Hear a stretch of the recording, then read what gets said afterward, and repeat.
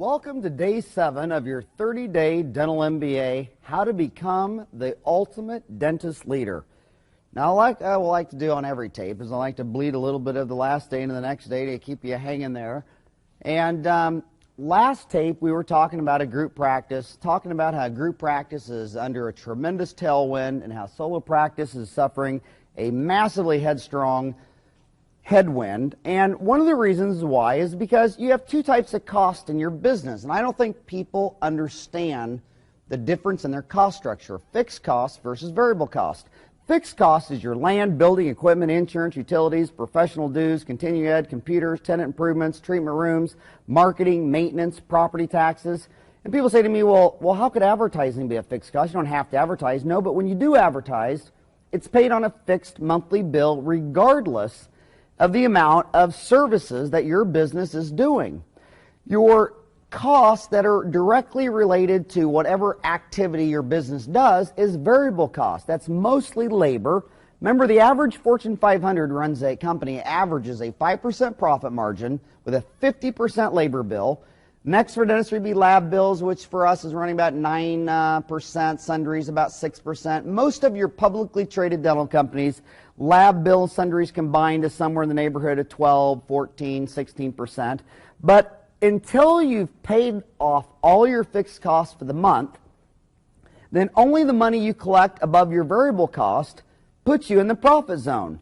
Now, if you're going to control your overhead and you're going to pay your fixed cost, and when you pay your fixed cost, it's good for 1 month of 28 days, February, 4 months of 30 days, or 7 months of 31 days, as soon as you paid your fixed cost, you're in the profit zone.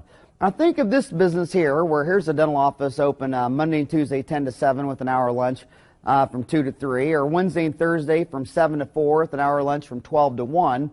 After they've paid their fixed cost, working 32 hours per week in a solo practice, they utilize their fixed overhead just 19% of the time, or just 29% of the total waking hours in the week.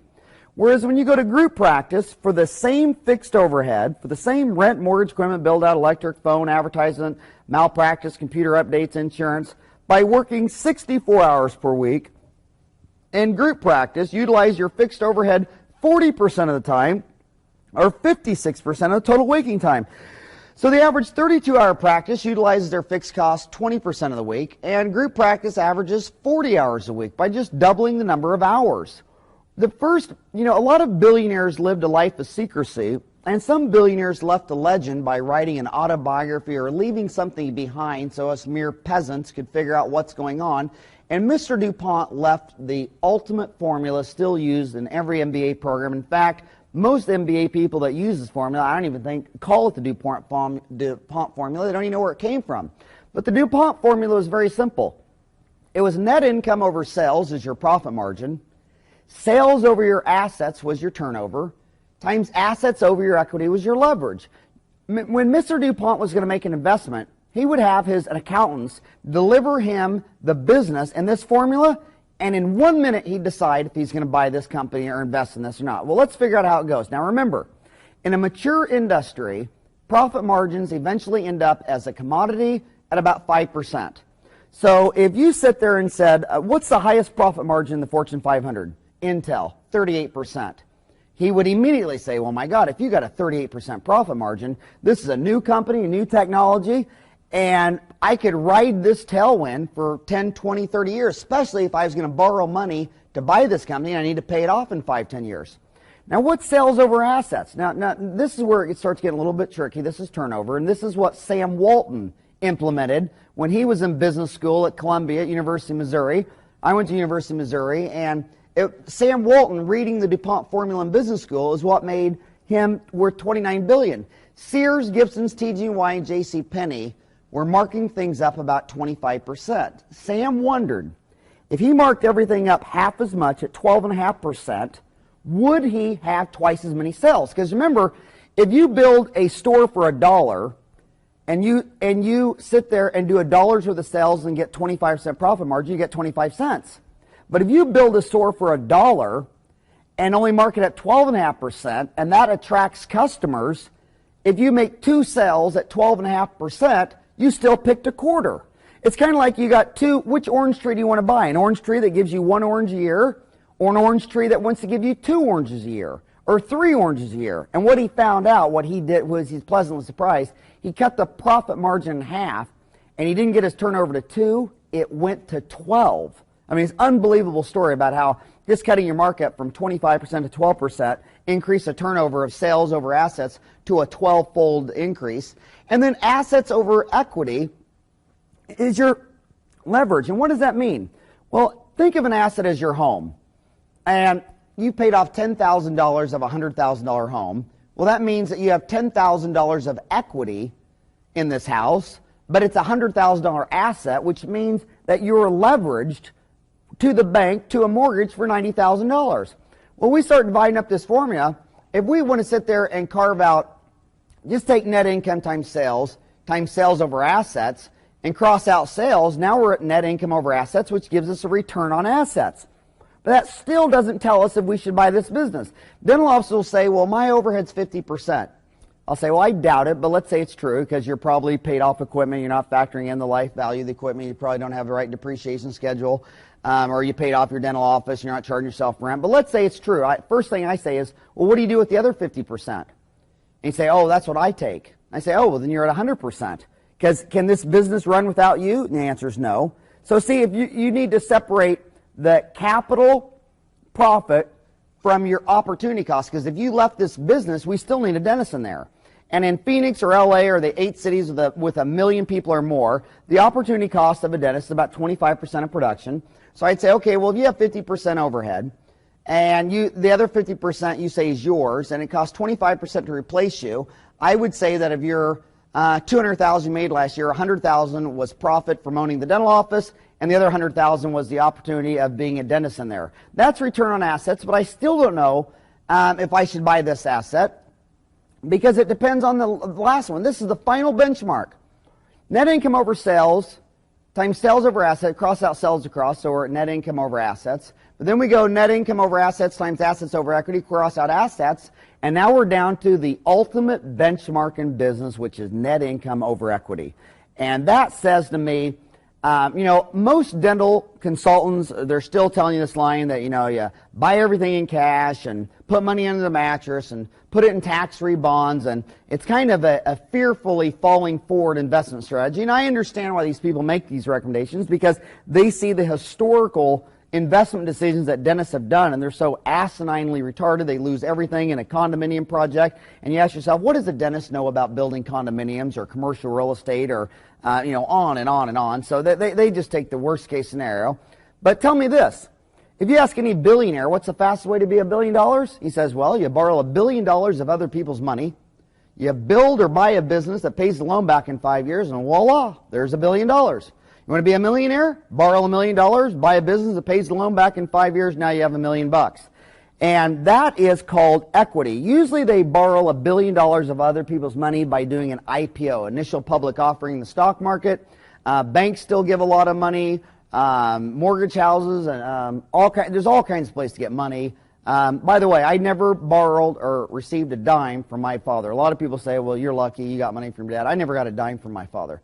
So, back to a solo practice with an associate. Look at the average income, according to the 1996 Survey of Dental Practice. Look at the average income of a dentist with an associate in the red bars versus the blue bars. And if you're on CD or cassette, once again, this is another simple deal where you can say the average dentist with an associate makes $70,000 a year than the average dentist without one.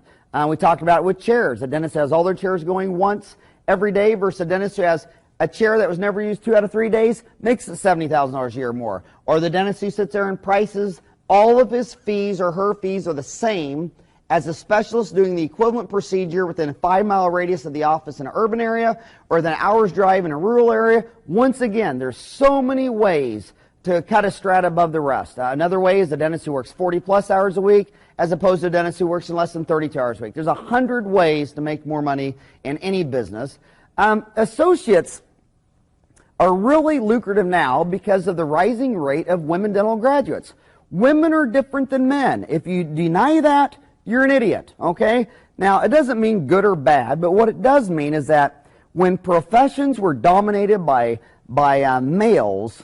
Males have a tendency that if you put them out in a farm pasture, the first thing they do is go urinate on all four corners of the property, mark their territory, grow their antlers, and they call this their home. Men's ego is usually defined by their career or their job. Remember the John Wayne movie Cowboy? He asked his wife, he says, honey, do you care if I take the herd in? And she said, John, if I didn't let you, I'd take away your manhood and there'd be nothing left but flesh. If you take away a man's career, usually there's not much left. Women are very much more well diversified. They're into children, homes, parents, hobbies. Women are just generally speaking on the aggregate far more well-rounded intellectually and emotionally than men.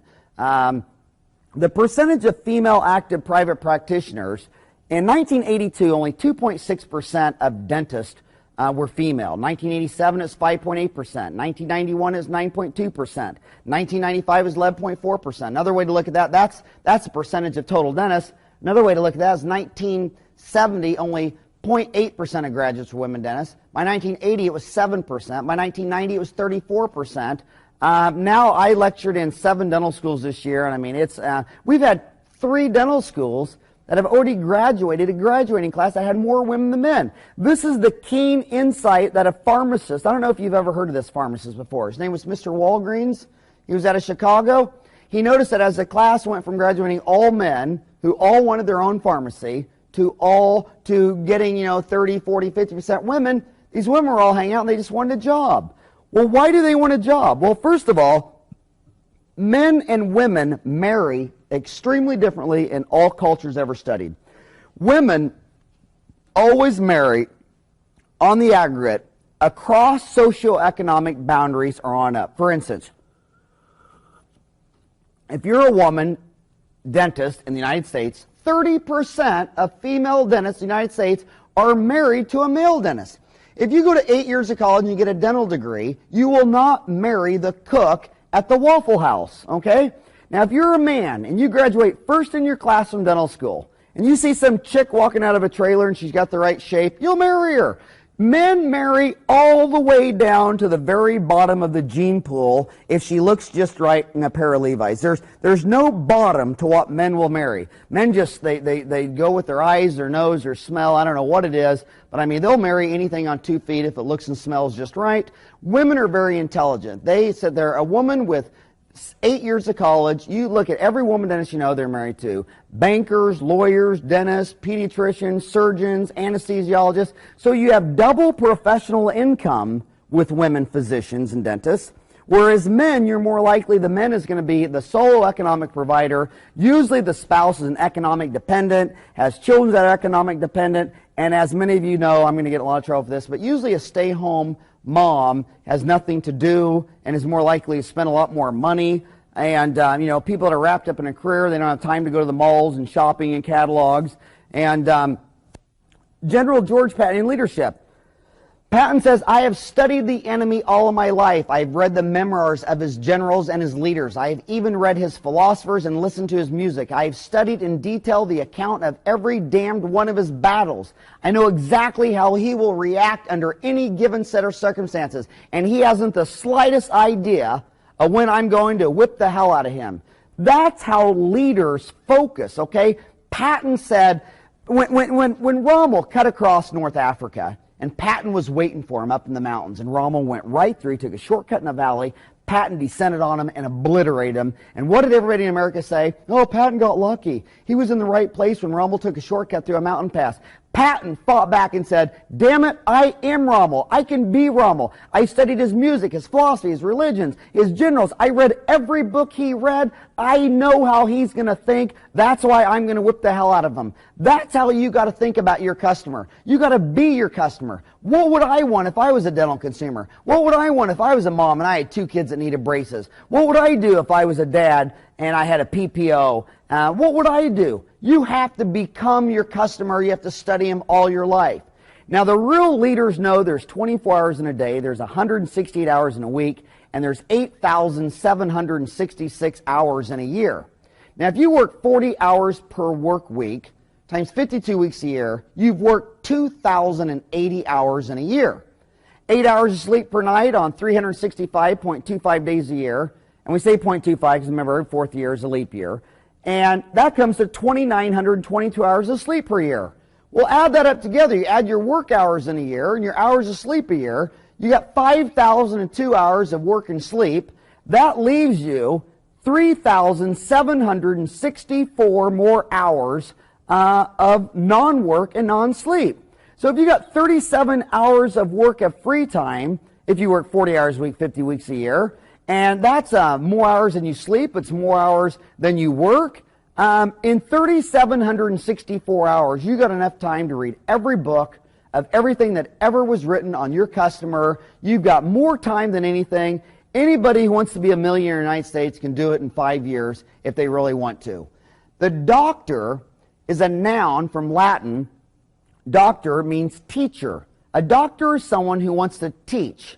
And what I would say is that the dentists who are above the line, 2% of dentists are masters, according to L.D. Panky, 8% are adept, 36% are students. Below the line, as he called them, 54% of people generally are indifferent. He was talking about dentists, but I know L.D. Panky was a genius, and I really do recommend the Panky Institute. It's long, it's arduous, it's costly, and it's an investment. Go call Greg Tarantola. Go call these guys down there. These guys are smart, but L.D. Panky knew what he was talking about. You couldn't have 12,500 dentists graduate from 6 weeks of the Panky Institute and tell me there's nothing to learn down there. There is, and most of the people that go who don't learn anything, I think it was because they were shooting too far above their head. In fact, the one thing I'd say about the Panky Institute, it's not the place to go your first year out of school. You know, it's kind of like in football. Before you're going to learn a fancy flea flicker play, you ought to master a block, a tackle, a pass, and a reception. Get down a crown.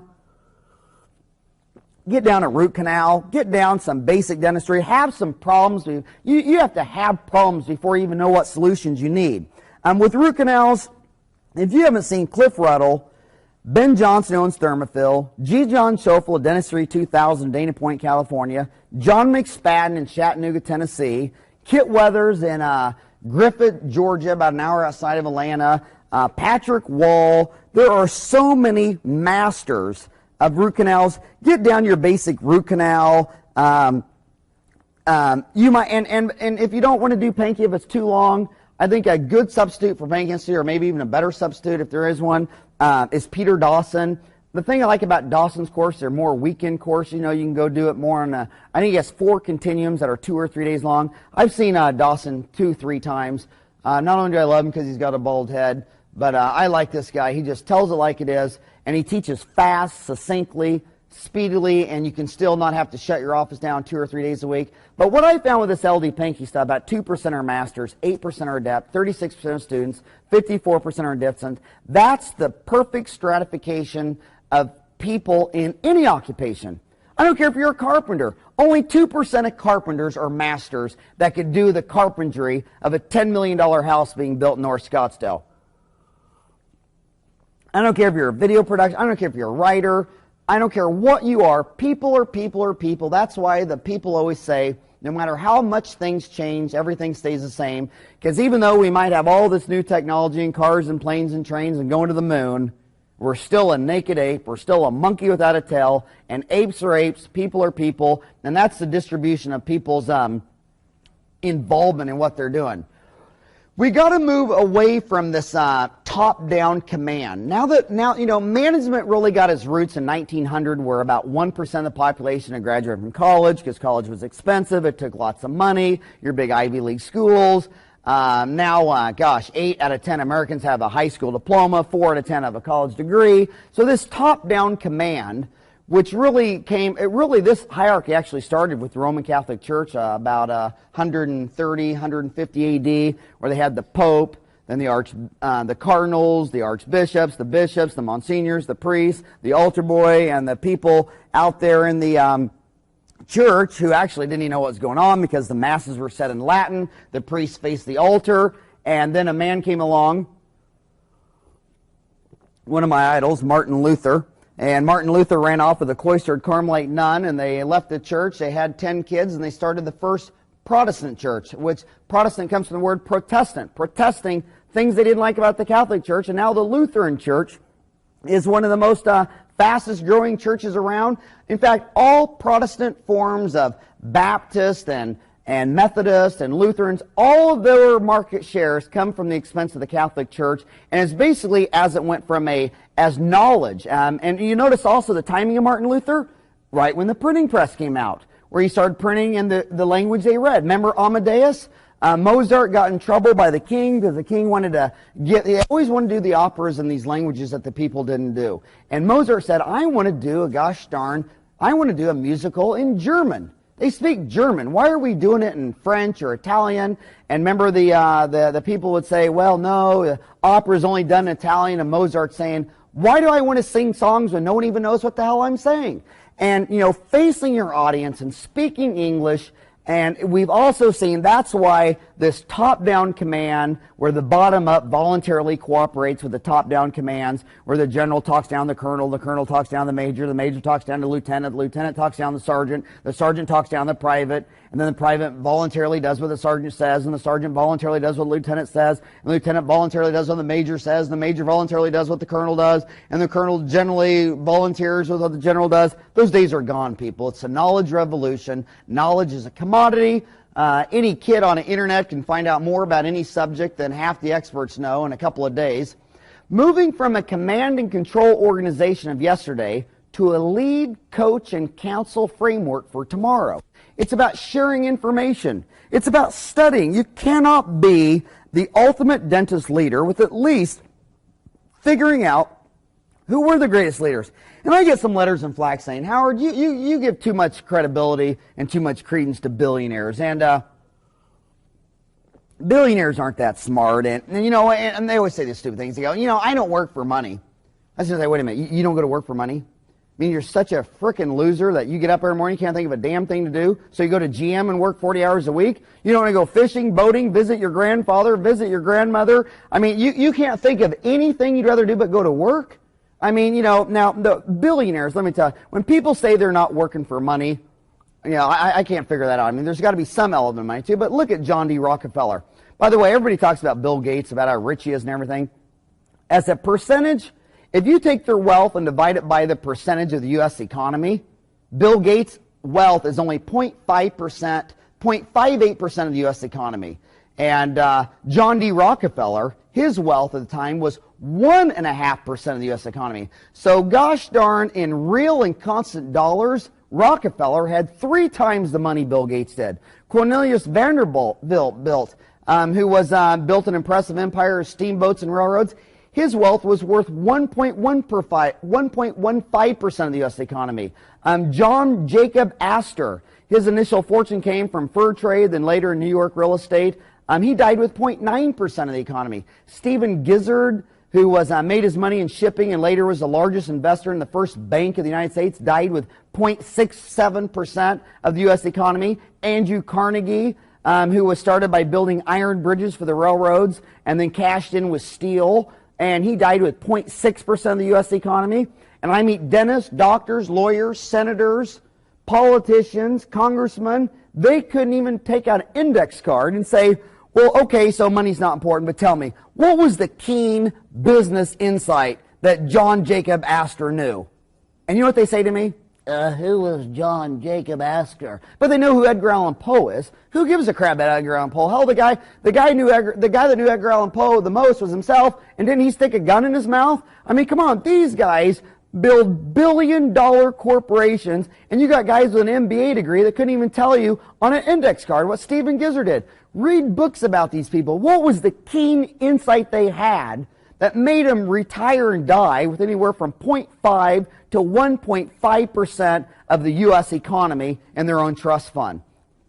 Eleanor Roosevelt was a hell of a leader. She said, do what you feel in your heart to be right, for you will be criticized anyway. You'll be damned if you do and damned if you don't. When I sit there and tell dentists that they should absolutely be, if the ADA can send them $1,000 dues, they can send them a ballot to vote, and until the president of the ADA is someone who I wish it was Gordon Christian myself, but it could be any, I think Rick Kirshner would be good. I think Ken James would be good. Mac Lee, Rich Maddow, Woody Oakes, Mike Malone, Michael Maroon, Travis Fee, Michael Miller, Tom Orant, Joe Stevens, Mark Troilo, Tony Gallegos, Tom Trinkner, I go on. Ray Bertolotti would probably be good. Fred Joyle of 1-800-Dentist would be good. Rennie Schellner of Lord's Dental Studio, Charles English, Bill Strupp, Ron Jackson, Ron Feynman, Peter Dawson, Joe Blaze of Dental Economics. I don't care who it is.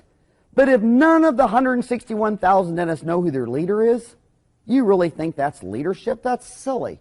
And when I call out and I say you guys should have the right to vote and the president should have a 2-year term, have a chance to get reelected so you can build some leadership, it takes those guys 6 months to find out where the bathroom is. You can't be a leader in a year. If you study political science, they say that the president of a country should have a term of anywhere between 4 and 10 years. There's not one PhD political science paper I've ever read that says the president should be a 1-year term. And look at the billion-dollar companies. How successful would Intel be if every year in the last 20 years they substitute out the president and say, well, we want a different president every year? It'd be a crazy bureaucracy. No one would know where they're going. I take a lot of bullets for my stance there. That's why I've never been invited back to the ADA or the CDA or the Hinman or things like that. But I don't care, because that's what I feel in my heart. I'm not saying that for self-promotion. If you think that, I won't even take the job. But I'm just telling you, you need to build leadership and study leadership. The Cubs' last win was in 1908. Any team can have a bad century. The best hitters in baseball fail 65% of the time. How come you always remember that Babe Ruth hit this many home runs or this many home runs in a season, but you don't remember the fact that they struck out 65% of the time they go up to bat? If you're going to get to the top, you got to think your way to the top, and there's an exact mechanism of how you reach your destiny. They always say you sow a thought, you reap an action. You sow an action, you reap a habit. You sow a habit, you reap a character, and your character develops your destiny. You do not have human action until you first have a thought. That is why I found it very interesting, even religious. Look at the 10 Commandments. Do not covet thy neighbor's wife. And what did all Democrats, the only thing I'll tell them about the 10 Commandments, all Democrats never read the 10 Commandments, because what is the 10th Commandment? Do not covet thy neighbor's goods. And what do Democrats do? They all go to office and they all sit there and pass extortion IRS taxation and steal 50% of my wealth. And they're always sitting around comparing the rich to the poor. And all they do is sit around coveting my wealth and stealing half my paycheck and half your paycheck, because they're not listening to the 10th Commandment.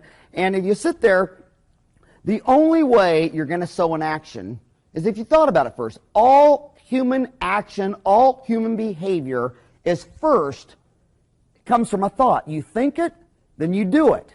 You do it enough times, now you got a habit. Your habits all added up is your character, and your character determines your destiny. So once again, ask yourself, if you can visualize today what your dental office would look like at 65, what would your skills be? What would you be doing? Implants, ortho, bleaching, veneers? Would you got your FAGD, your MAG, your diplomat in Congress, oral implantology? What would you have done? Well, let's back it all. Let's start thinking about that now. And if you're thinking about where you want to be at 65, or maybe you're out of school and hell, you want to be there in 5 years. I mean, it took me only, 2 years to build $1 million practice. So then you start saying, well, if I'm going to have $1 million practice, what's it going to be like? And I start borrowing the money to put it in. McDonald's isn't going to open up with a hamburger stand on a dirt road until they sell enough hamburgers to buy some property, then sell some more hamburgers and put in a restaurant, and then say, well, when we get $50,000 of profit, we'll put in a drive-through, and we save up $10,000 more, we're going to put in a play area, and we put in a little more. No, they start day one. They know exactly their destiny. So what do? They go out there and they borrow about 1.1 to 1.4 million for a store. They open that baby up, and day one, drive-through, play area, the whole 9 yards, the golden arches, everything they know, they start acting on in day one, and that's the habits and characters of a franchise. So think where you want to be. Start acting like where you want to be today. And as the more you start acting like that, I would say the average person I know that built $1 million practice, before they were 30 or 35 years old, on the average, took 350 to 500 hours of continuing education. And then you got these states that are mandating that you have to have, 12 or 18 hours a year. And you got all these dentists whining and moaning and complaining. And all the people that reach their destiny are doing 350 to 500 hours. We talked about the difference between leadership and management. Is the ultimate leader, gets you to change your behavior without force, manipulation, coercion, whereas managers are always using force, manipulation, coercion, bribery, pink slips, threats, dysfunctional behavior. I learned leadership from my dad, and I know that 68% of kids living in America today don't even have a father in their household.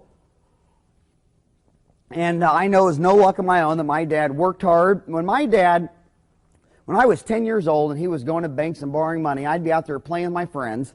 He'd say, "Howard, get in the car. I'm going to go to the West National Bank of Wichita, and I'm going to borrow $100,000. I'm going to buy this piece of property." And I used to cry and moan, like, "Why can I be home riding my bicycle?" My dad would take me in the bank. He said, "Howard, I don't want to hear a word out of you. I want you to sit there, shut up, don't say a word, and take notes.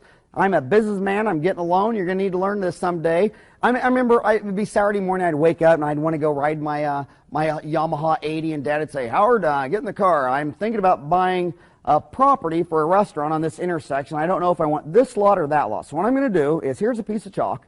I'm going to drop you off, and see, my problem is when there's a red light, cars back up. And I need the oncoming traffic to be able to pull into my restaurant. So I need to know when there's a red light, how far back are the cars, because I don't want them blocking my entrance. So every time there's a red light, wherever there's the last car, make a chalk on the driveway. It'd be like 6:30 in the morning. I'm still asleep." He says, "And I'll pick you up about 8 o'clock tonight. Here's a $5 bill to go find a hamburger if you get hungry." God, I'd be standing out there thinking I'm tortured and poor me, and why can't I be home playing with my 5 sisters, Jacks or Barbie dolls, or riding my bike. And I'd get there, and he'd come back, 12, 13 hours later and say, "I'm not sure. Tomorrow morning, I'm going to drop you off there at 6 o'clock and figure out that lot, and we'll see which one of these you want you to buy. Isn't this fun, Howie?" And, I'm sitting there, I bet I was probably 16 to 17 years old before I finally started hating him and started realizing, hey, maybe he's trying to teach me something. And what do my friends say today?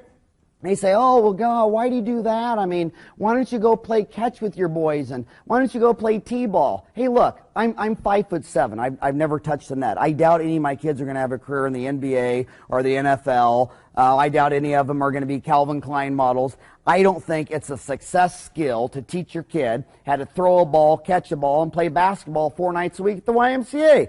Teach these people free enterprise. Most people learn free enterprise at their house. So once again, the number one determinant variable on your income at this day right now, at the year 2000, is simply where you're born. If you were born in Tanzania or Albania, you're a peasant poverty. You were born in Bangladesh, you're a peasant poverty. You've been born in the United States, hell, the average Yahoo, the average nut makes $18,000 a year. And is that anything to do with you? No, you were born in the richest country in the world. That's why you're rich. You might not know you're rich because you've never been to Bangladesh or Albania or Tanzania or Ivory Coast or Nigeria or Gold Coast, but trust me. If you ever get around this globe of ours, when you start seeing that last year, 6 billion people on the planet, and 2 billion of the 6 billion made less than $1 a day.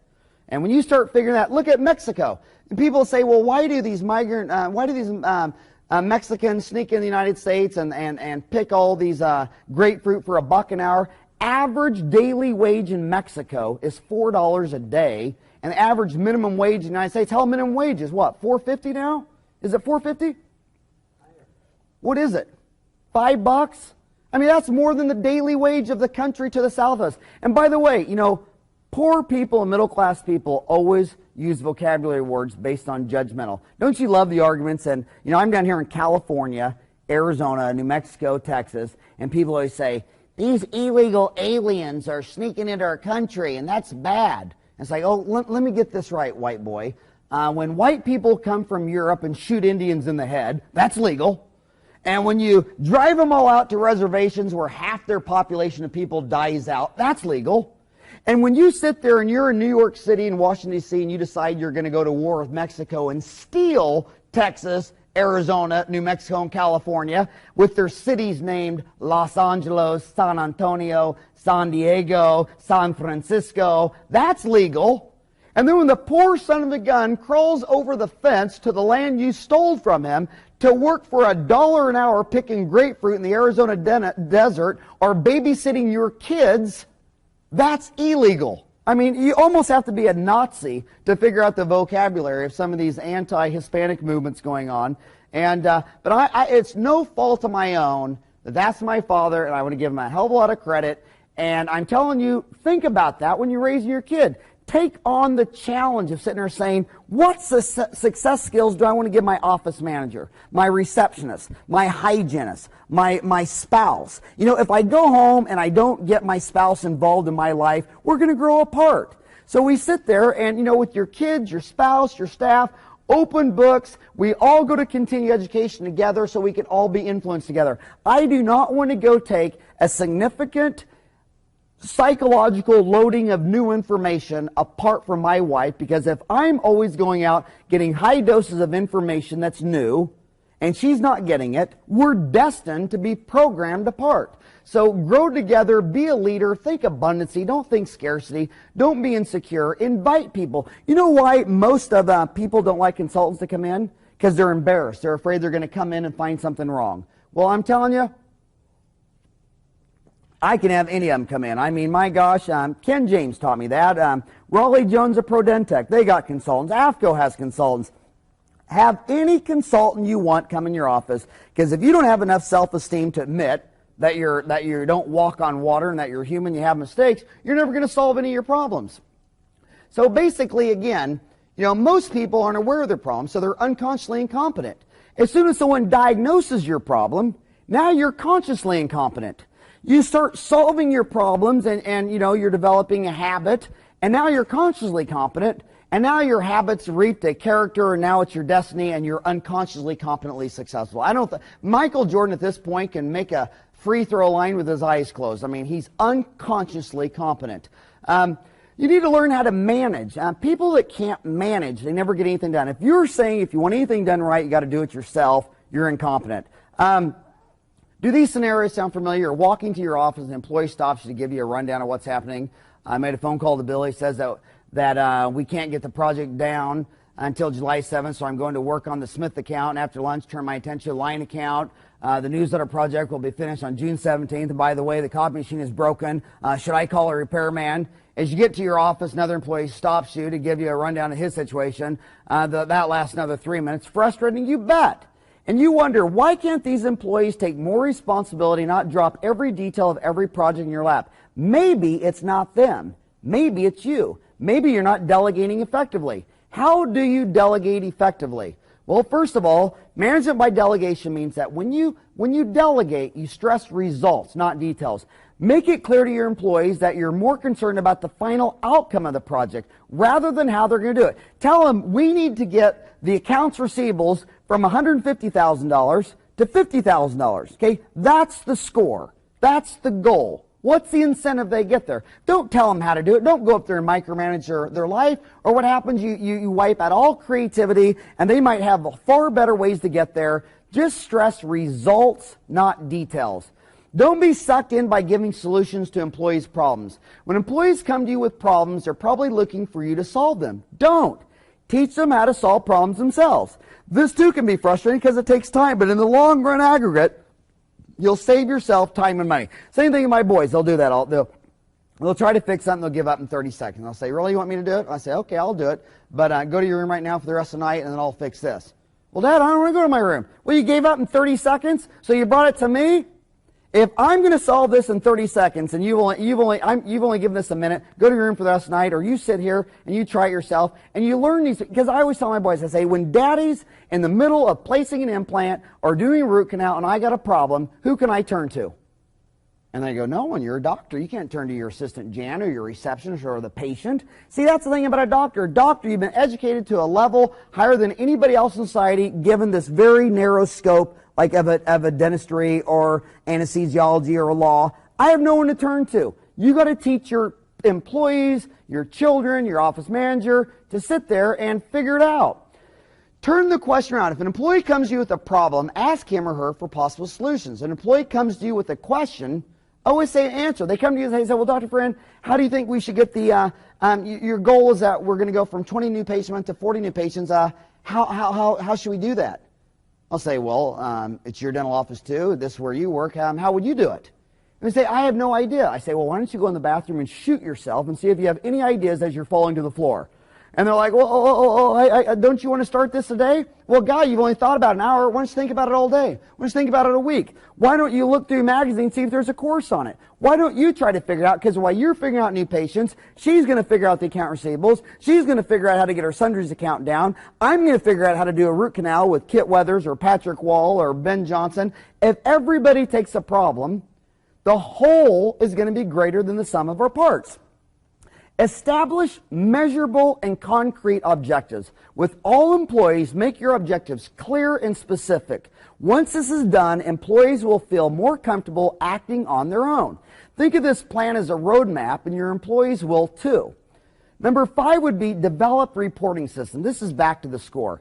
Get your feedback from reporting systems. Monthly reports, statistical data, samplings, or consider weekly meetings with employees. But what I really like is once you pick a management information system, which still at the year 2000, you got to pick 2 unconnected because SoftDent by Dentsply and Dentrix by Shine and EagleSoft of gosh darn Patterson, none of them have a payables. How the hell can you have a management information system if your payables and receivables are on a different computer system than your gosh darn schedule and your insurance and billing information? But what you do with that, whatever accounting system you use, and I really, really, really recommend Peachtree Accounting. It's the best one. It's very sophisticated. But have that loaded on all your terminals. Have all your terminals networked. We use Windows NT 4.0, the NT's New Technology 4.0. It's a network-based system. We have one server.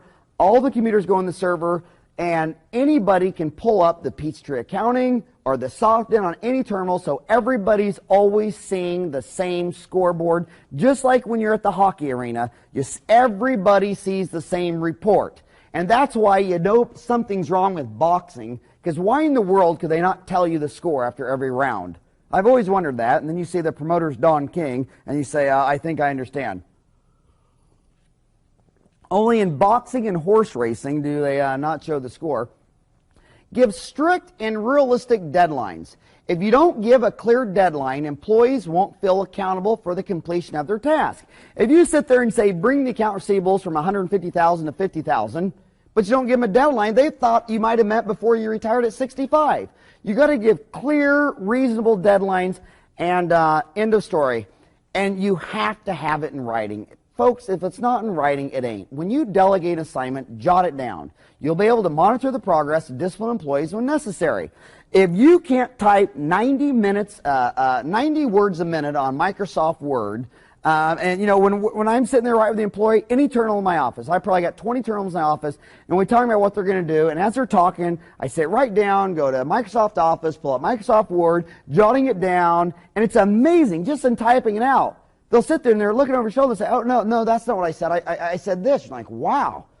Jotting it down really brings clarity, doesn't it? And you sit there and says, what is the delegation? What is the task at hand? How will we measure this score? Will it be measured on SoftDent or will it be measured on Peachtree?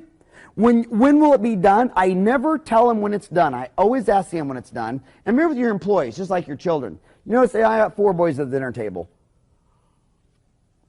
2 of them, you know, their eyes are bigger than their stomach, and I got 2 boys that always put on twice as much food as they'll ever eat. And then I got 2 boys that are smart enough to put on the food, what they're going to eat. Same thing with delegation. When you have a staff, and you know she's just had a baby, and she's a little tired, and she's a little exhausted, and she says she's going to do all this stuff in a day, he's there and say, really? Well, you think you can do it by tomorrow? Well, I'll tell you what. Just to make sure everything's okay, I'm going to put it to next Wednesday. Because remember, I'm 36. I don't care if we just grow 1% a year. I got till 66. If I just grew 5% a year, hell, I'd have to have a $100 million dental office. So I'm not worried about when. I just want it done, and I want it done as a system. So ask them when they want to have it done, but then put down a reasonable deadlines. That way you don't design employees to fail. You know, it'd be like putting me out there on the Chicago Bulls and saying, oh, Howie, you'll do good. And, you know, I'm designed to fail from the word go. So don't let them run into headwind failures, because that blows their self-esteem. Recognize the talents and personalities of your employees. Being a good delegator is like being a good coach of a baseball team. You have to know what projects each employee can handle and what projects they can't. The 3 rules of managing a family business, which really applies to dentistry, because most dental offices are, 68% of these things are owned by dentists, and a lot of times the wife is involved. And you always know when you walk into dental office in 5 minutes if the wife is very involved in the business, because all the staff are fat and ugly. Have you ever noticed that? I'm just kidding. But you sit there and 3 rules of managing a family business. Family members do not work in the business unless they are at least as able as any non-family member and work at least as hard. That is the number 1 failure of the doctor's wife working in the office is, gosh darn it, if she's going to be the office manager, if these are your hours and everybody else is there 15 minutes before it opens for the morning huddle, but your wife decided she's going to stop by the dry cleaners and go out to eat and comes in and out. Look, if your wife is not going to work as hard as any non-family member and work at least as hard, I say you got to work harder because you got to overcome that deal. Well, that's the doctor's wife. Look, if your wife is not going to work at least as hard, and I recommend at least 20% harder, out. I cannot deal with a part-time wife who thinks that just because she sleeps with the owner that she's going to go in there and do be the manager. Now, if she wants to have a part-time job, give her a part-time job. Recalls, it might be a part-time job in your practice. Maybe the account receivable is a part-time job. Maybe she can be project coach. Well, we haven't done a newsletter in 5 years, and we're going to build a newsletter. Why don't we put you on that task? And we'll give you a deadline, a task in writing. But doctor, when you're in the office, you put on your coach. And what would happen if the Chicago Bulls had 3 of Phil Jackson's children on the team? That'd be, and everybody asking, why the hell are those 3 white kids over there? What the hell are they doing out there? Well, they're the coach's son. I mean, and I see that in Arizona all the time. You got Intel, which is being ran by the founding father, Andy Grove. And right in the same town, you got Motorola, which is being run by Junior of the founding father. One, Andy Grove's Intel, very high morale, very high self-esteem, kicking butt. And Motorola ran by second generation, Lucky Sperm Club. I inherited it from my dad, and they have worse morale. They have more cluttered decision making.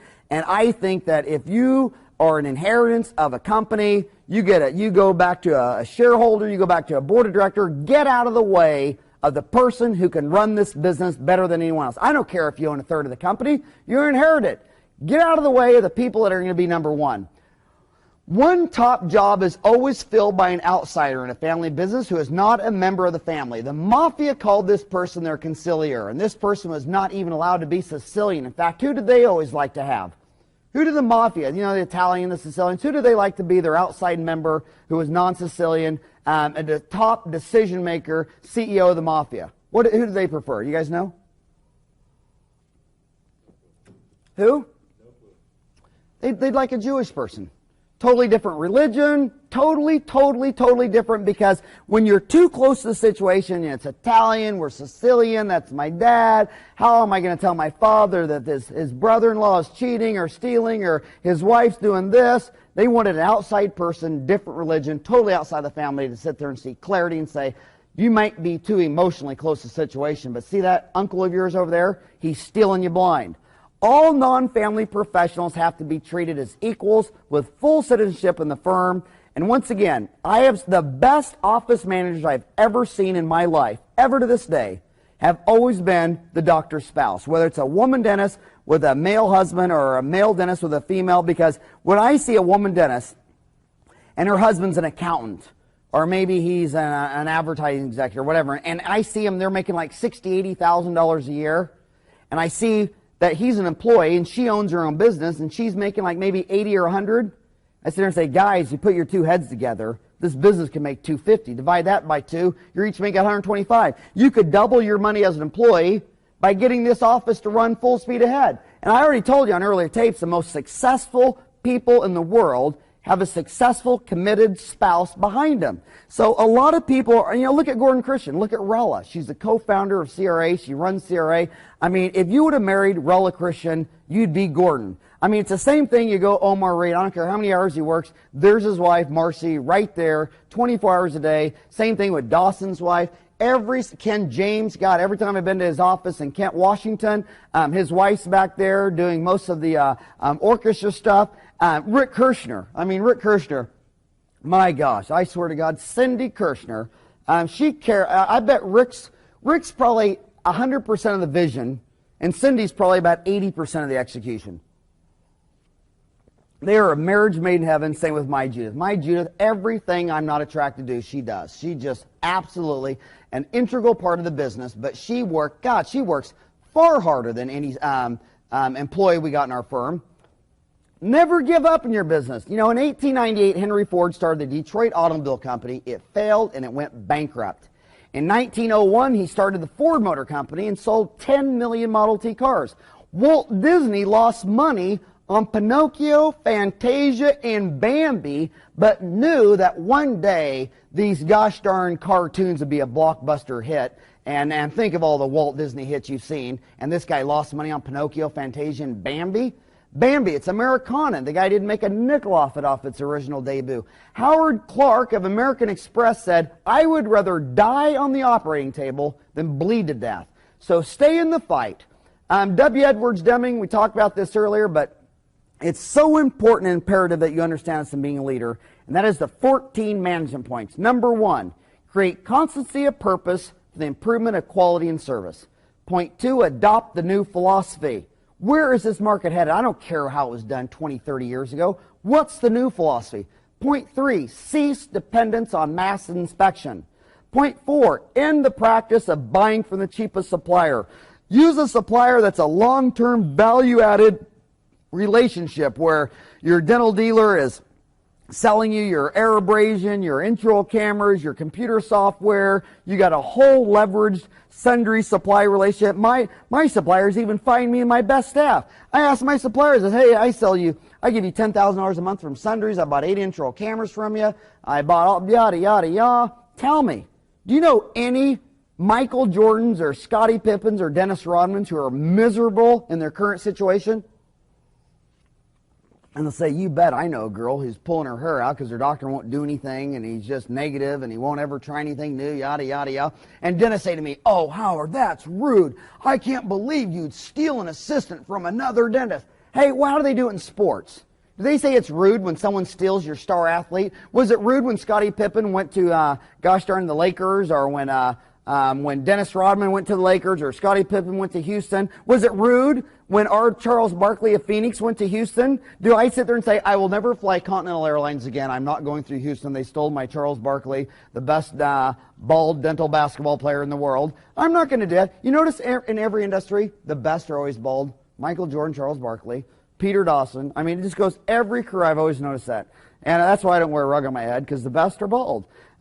In point number 4, in the practice of buying from the chief supplier. Point 5, improve constantly and forever the system of production and service. If you're ever happy with your service, you're ever happy with your dentistry, you lost the game, you don't even know it. Point 6, institute training and retraining. Be addicted to continuing ed. You should at least set for yourself, if you can't set a hurdle for 100 hours a year, I don't even know why you're in dentistry. Point 7, institute leadership. Delegate. Point 8, drive out fear. Don't tell your staff to make a bad decision. Remember when you started walking, how many times did you fall down? Your mom came running over there with kisses and loves. Remember when you were in sports and you go in there and strike out and your dad would say, yeah, but my God, I never seen anybody fall down after they swing the ball. You were going for it. Point 9, break down barriers between staff areas. Get the staff to quit focusing on each other and get them to start focusing on the customer. That's what is the trick of all dictators? To bring cohesion to their people living in poverty. They always want to go to war with an outside enemy, so everybody quits forgetting that they're hungry and they are dirt floors and their baby died, and all dictators do the same thing. They focus on an outside enemy. I think, gosh darn, that was the purpose of, I think that is the single reason why John F. Kennedy had one of the greatest presidents of our time, because he got everybody to focus on the damn moon instead of runaway inflation and stagflation and stifling taxation and overregulation. And when everybody's staring around looking at the moon, they hardly see all the crap on the front room floor. So drive out fear, break down barriers between staff areas.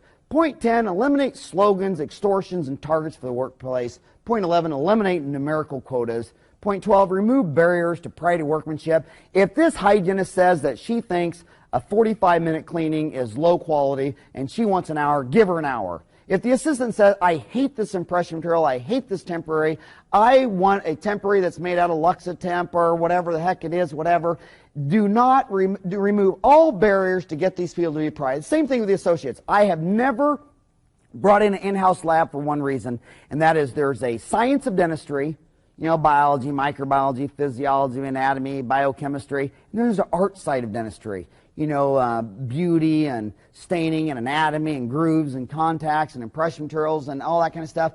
And I noticed that if I put a painting in the wall, my wife just bought some $2,500 painting and put it in the front room, and to me personally it looks like someone fell down with a paintbrush in their hand. I still have no idea what it is. I want to go back to college and get a 3-foot water bong, and maybe if I took 4 hits and did mushrooms, I could figure it out. I have no idea what the hell this painting is, but she loves it, okay? Well, that's quality.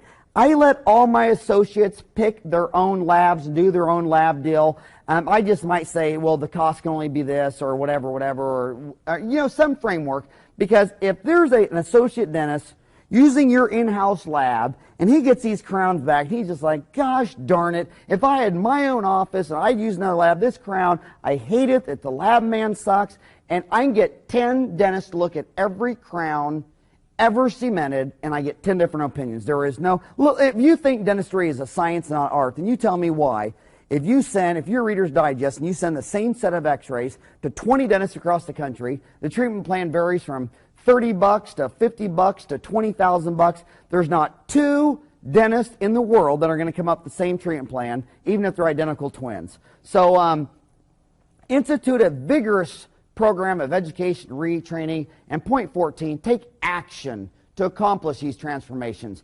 You have to do your own math. Leaders don't delegate out the score. You can't tell me that Andy Grove would sit there and say, well, I'm not involved. I don't know if we're profitable or not. I have no idea why we lost money in the fourth quarter. I don't do that. My wife does the books, and she deals with the accountants, and I don't do any of that. When you tell me you're not involved in your own math, you're in denial. And denial ain't a river in Egypt. It's gosh darn you avoiding. The Greeks said back in, I think it was 350 BC, one of the first Greek philosophers said that all people avoid pain and seek pleasure. And the reason you're not involved in your statement of cash flow, your statement of income P&L, and your balance sheet, and your overhead, and the number of new patients is because it's a source of stress, so you're in denial, so you avoid the pain, and you keep running back to more root canals. I mean, when you're at Cliff Reddle's office taking the root canal course for the 5th time, and your overhead's going out the wazoo, and you're missing payroll, and you got too much on your credit cards,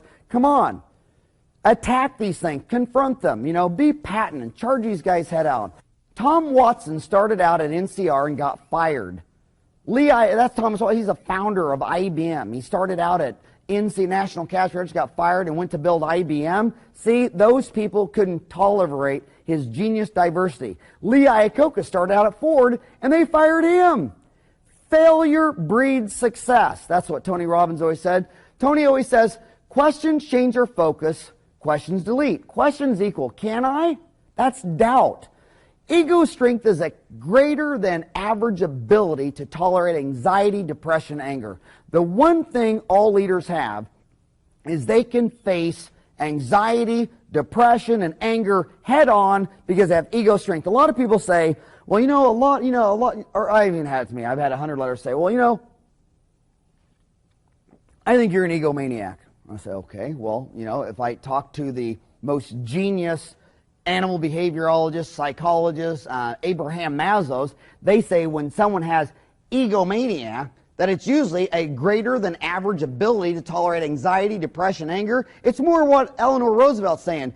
Do what you feel in your heart, because you're going to get criticized if you do or you don't. So when people say you're an egomaniac, that means that you live in an interdependent village, and whoever is independent goes their own way is going to get, Omar Reed told me when I gave my first lecture, he said, oh, so you're going to lecture.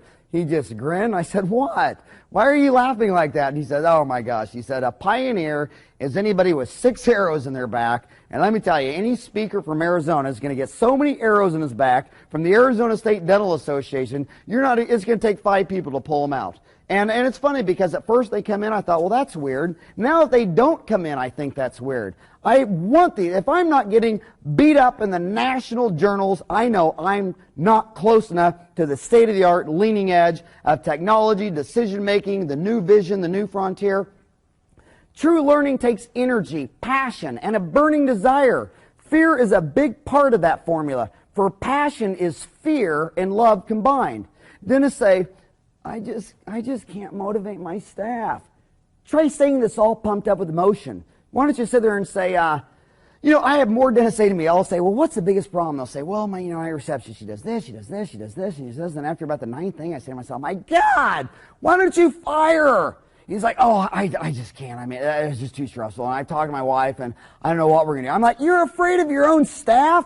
My God, what a wuss. I think firing people is the funnest thing in the world. I love to walk up to people and say, hey, Judy, come here. Judy, come here. Guess what? Remember when you were 10 minutes late Monday? And I said, don't do that again. And then the next day you came in 15 minutes late. Well, guess what? I'm so excited to tell you that I'm going to be a catalyst for change in your life. Because obviously you're unhappy, you're miserable, you're depressed, you're coming in 10 or 15 minutes later. So the reason has to be that, if a rat licks a switch and it shocks them, even a rat won't lick it again. But if a rat licks the switch and gets a green M&M, even a rat will quit licking it. I love to come in here and play. I like to come in here and play with my friends. I love to play dentistry. When I'm done with dentistry, I show them here and say, how does that look? I like to play, but see, you're a rat coming in here getting shocked. Because you're late, you're grumpy, you got a bad attitude. So I'm going to be a catalyst for changing your life by firing your ass right now, so I can be a catalyst for you to go into another environment where maybe you'll be happy. Maybe you'll like to get up in the morning. Some of your staff get up in the morning, they open their front door. Oh my gosh, what's this? My God, it's roach crap. Some roach crapped on my welcome mat. They come in the door, and you're paying these people, and they come in on your nickel saying, I'm having a bad day. It's that time of the month. My husband's a pig. He throws his clothes on the floor. I'm just having a really bad day. I'm like, really? Well, guess what? I'm going to make you have a great day, because I'm going to fire your ass right now and send you back out in the jungle, and you can go look for a great day, because I'm not going to pay you 10, 15, 20 bucks an hour to come in here and have a bad day. And you know what the best thing in the world for working for me is?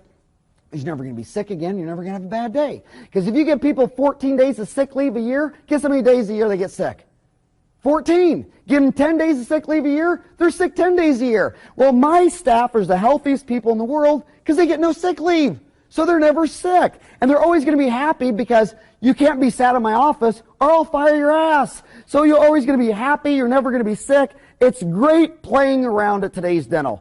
The 3 things that every business person needs to do is decide, direct, and delegate. I call this a triple D. Decide, direct, delegate. Write it down, focus, set goals. Your aptitude is only determined by your attitude. Do not tolerate mediocre staff. I have more people saying to me, dentists will say, I'll say, well, I just called your office and your receptionist's been on hold for 5 minutes and she said, Dr. Smith's office, may I help you? I'm like, man, how butt ugly are you that your own mama didn't give you a name? Excuse me? What did you say? I said, well, you answer the phone, Dr. Smith's office, how may I help you? I'm thinking to myself, if you were at home, do you answer my husband's house, may I help you? Or do you answer with your name? I mean, only the most butt ugly people in the world were not given a name by their mama. And they go, who is this? And they're picking a fight. And I'm sitting there saying, who is that receptionist? Well, I said, if she was on a basketball team, would she be the greatest? No, she's pretty average. And I'll never forget when Ken James told me about average employees. He said, what's an average employee? The best, the worst the best. You know what an average employee is? They're the cream of the crap. Get rid of them. How are you going to be a #1 dental office, second to none, by hiring only the cream of the crap, the best of the worst, or the worst of the best? I'll tell you what, I will be at the Phoenix Suns game. We buy 4 or 7 tickets, and usually the family doesn't want to go to 40 ball games. They're always trying to pot them off on somebody because you paid so much for them. And usually if you go in there with another dentist, he's always sitting here saying, I can't believe that coach plays that player, and they should trade him for that person. They should get rid of that person. And then I'm like, have you seen your staff? My God, they look like they were hired at an Easter Seals convention. I mean, my God, if they had one eye and were blind, I think it'd be your lead person. How can you sit there and scream and yell at this guy's staffing decisions when your own looks like a gosh darn genetic freak show? So, think and grow rich. So thoughts precede actions. Think positive. Read.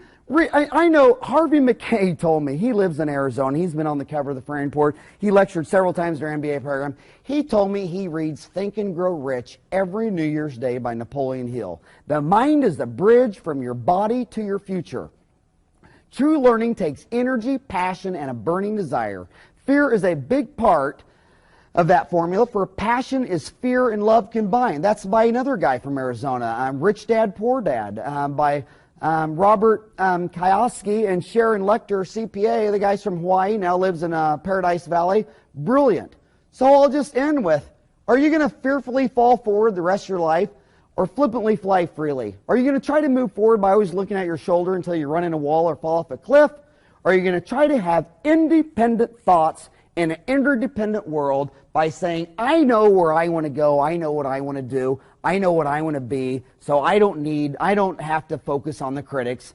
And every single thought that you think and word that you speak will factually determine your destiny.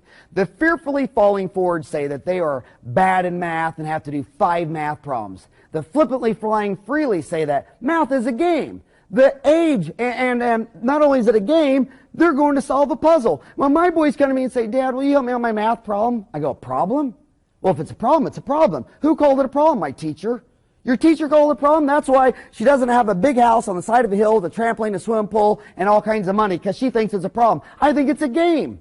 When you tell me you're bad in math, you had a bad math teacher, this isn't a problem, it's a game. My gosh, is the math problem going to bite you? Just have the right attitude. The fearfully falling forward say, I'll be happy when. The flippantly flying freely say, I'm happy now. You know, the fearfully falling forward, I say, well, I'll be happy when I graduate from college, and then I'll be happy when I buy my own house, and then I'll be happy when I pay off my house, or I'll be happy when I get a Mercedes-Benz, or I'll be happy when my kid leaves home and goes to college and I can put something nice in his room, or I'll be happy when we retire to Arizona. They're always going to be happy when, and that's why they're never happy, because you're either happy now or you're not, and it's your attitude, and your attitude determines your aptitude. The fearfully falling forward always think, say, and believe negative thoughts about themselves, while the flippantly flying freely always think, say, and believe high self-esteem thoughts about themselves. I tell every one of my boys that when they were born, the doctor said they had never seen a baby born with a brain that big, and they said that that every one of them had a brain that was almost 2 times bigger than their dad. So they'll come up and they'll say to me things like, well, Dad, what do you think? And I'll say, hell, I don't know, Greg, you got twice the size of brain I got. And they stand there real tall, and I say, my God, you can be anything you want. The only enemy you'll ever have in your life, Eric, Greg, Ryan, and Zach, is you. Because someone with a brain that big it can only be their own worst enemy. Emotions are what make us human, make us real. The word emotion stands for energy emotion. Be truthful about your emotions and use your mind and emotions in your favor, not against yourself. Thanks for a fun day. I hope you become a leader, and come back, and we'll see you tomorrow.